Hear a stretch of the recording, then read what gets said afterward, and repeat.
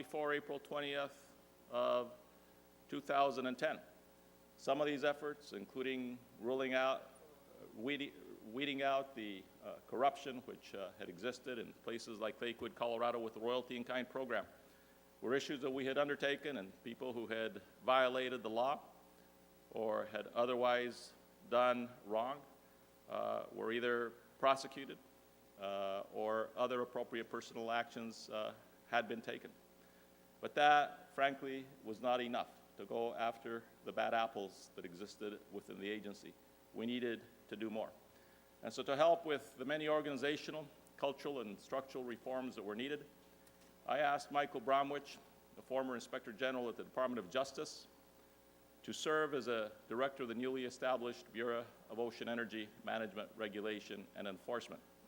Now, some might say that someone who was in his place, being in a very nice private law firm, why it was that he would take on this service to our nation and to the public.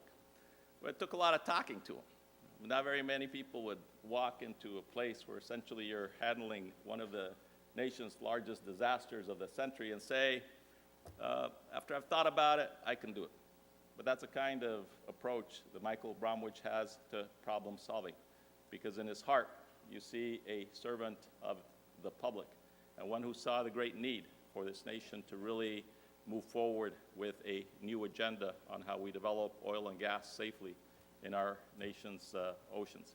So Michael came in, and he has worked quickly and effectively to change the way that we do business. You will be hearing more from him on some of these subjects later today. Within days of starting his new job, Director Bromwich stood up an internal investigations and review unit designed to root out problems within the agency and in industry, and to help expedite the oversight, enforcement, and reorganization mandates. Director Bromwich has also established a strict recusal policy that establishes the proper distance between inspectors and the offshore platforms and rigs that they are in charge of policing. And Michael, as director, is also working to significantly expand the agency's team of inspectors and making sure that they have the training and the resources to do their job. Perhaps most significantly, Director Bromwich is applying his expertise and background to leading the fundamental restructuring of what was once known the Minerals Management Service, or MMS. When I became Secretary of the Interior, MMS was a troubled agency with three missions. Three missions that, as the Commission reported out, had defined the agency since its inception in 1981. That was a long time ago. It was when Ronald Reagan was president and James Watt was Secretary of the Interior. But those missions remained unchanged through Republican and Democratic administrations, through presidents like Bill Clinton and secretaries like Bruce Babbitt. They remained unchanged until this time. Now, those missions, which were crafted back in 80 and 81, essentially were the following. One, promoting resource development, to develop the resources of the oceans, the mineral resources of the oceans. Two, enforcing the safety regulations. So enforcing the safety regulations was the second mission. And three, maximizing revenues from offshore operations on behalf of the American taxpayer. So those were the three missions then for MMS. Those are three fundamental missions which still exist in government today. In practice, these missions were often contradictory and in direct conflict with each other.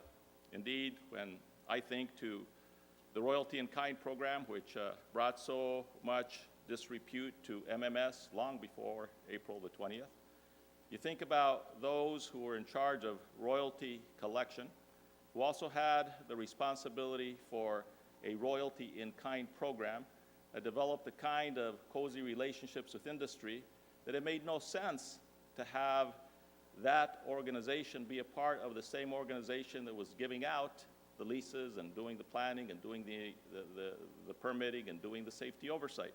So that's why the splitting up of these missions has been important. So we are determined, as a result of our intensive review that has been going on now for 2 years, with the pedal to the metal now with Mike Bromwich as the director, to deconflict these missions, to deconflict these 3 missions of the Department of the Interior. So in May of last year, I announced that we would launch a complete restructuring of MMS, which would divide the agency into 3 separate and effective entities with independent missions. In October of 2010, we split off the first of these 3 missions formally by creating the Office of Natural Resources Revenue within the Assistant Secretary for Policy, Management, and Budget. This step effectively walled off the revenue collection arm of the former MMS and ensured that revenue generation could never trump safety or environmental considerations during the permitting and drilling processes. Let me footnote what that change does in a practical sense for all of you who are listening here today. We have approximately 900 people who have been in charge of revenue collection at MMS, who are housed in a separate unit in Lakewood, Colorado. That's where the royalty in kind program used to exist, which we eliminated last year.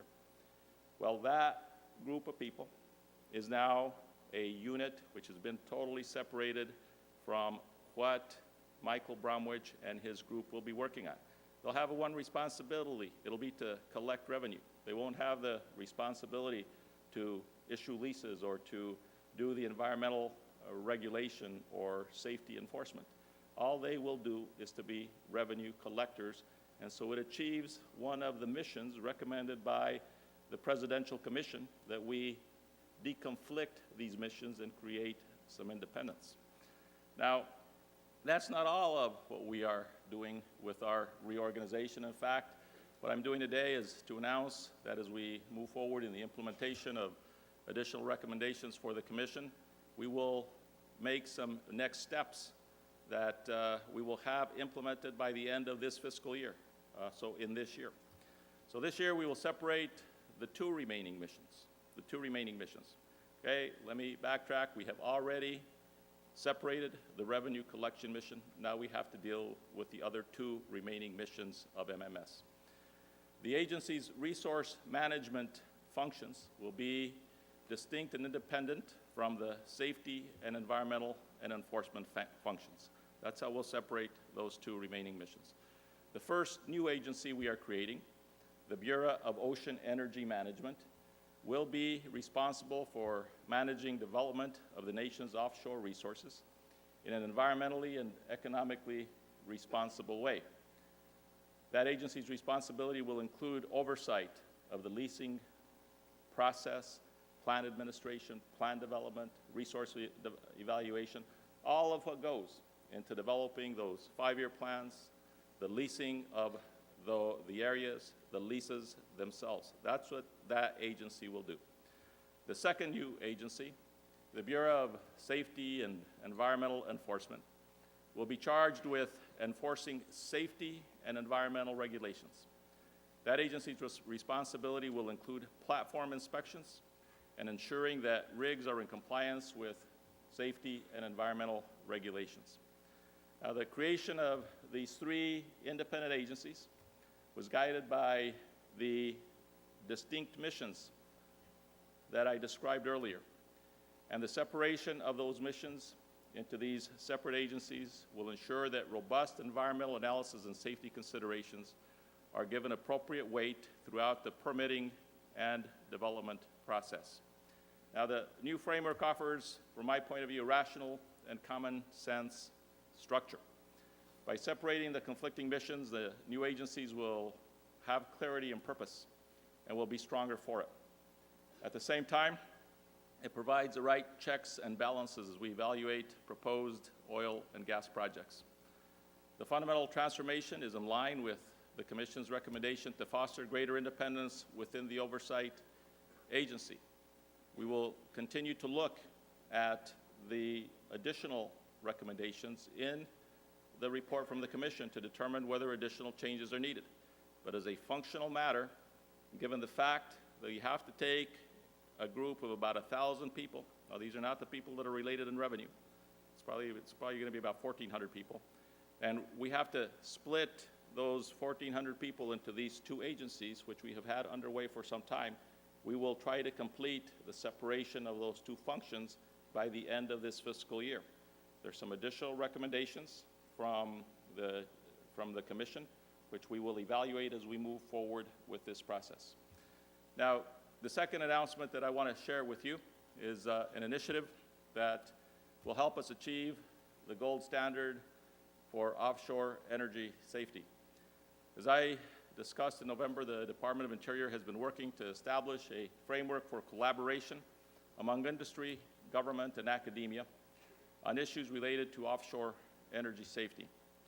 I believe then and believe now that we need to institutionalize the expertise and experience needed to safely develop oil and gas in our nation's oceans. To achieve this goal, in the coming weeks, we will stand up an advisory committee that will serve as a center of excellence for offshore energy safety.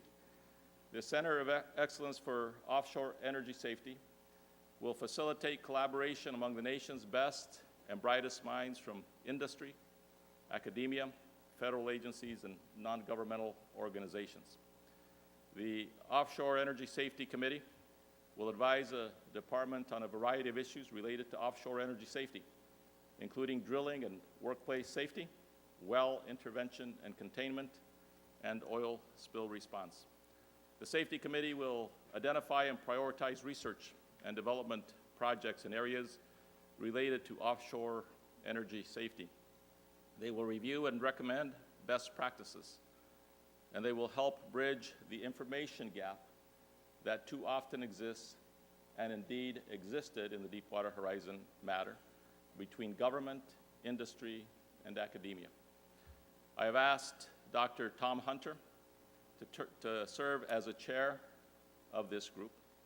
Dr. Hunter is the former director of the renowned Sandia National Laboratory and worked with us hand in hand in a partnership that took us from April 20th to September 19th and beyond as we dealt with bringing about the death of the Macondo well.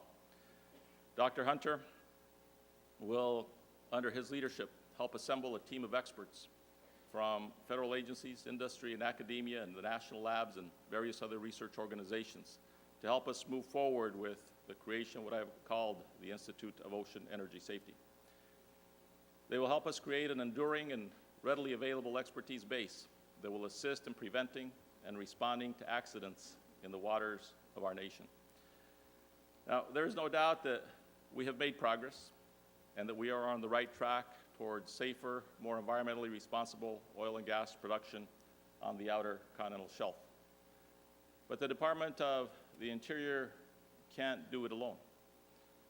Industry, as the Commission has noted, has a major part that it must undertake. Industry must recognize that investments in safety will pay dividends over the long term. Industry must also recognize that investments in a good regulator ultimately will allow the oil and gas industry to flourish. Indeed, an agency that has all the authority in the world but doesn't have the resources to keep up technologically or with personnel simply will be left behind.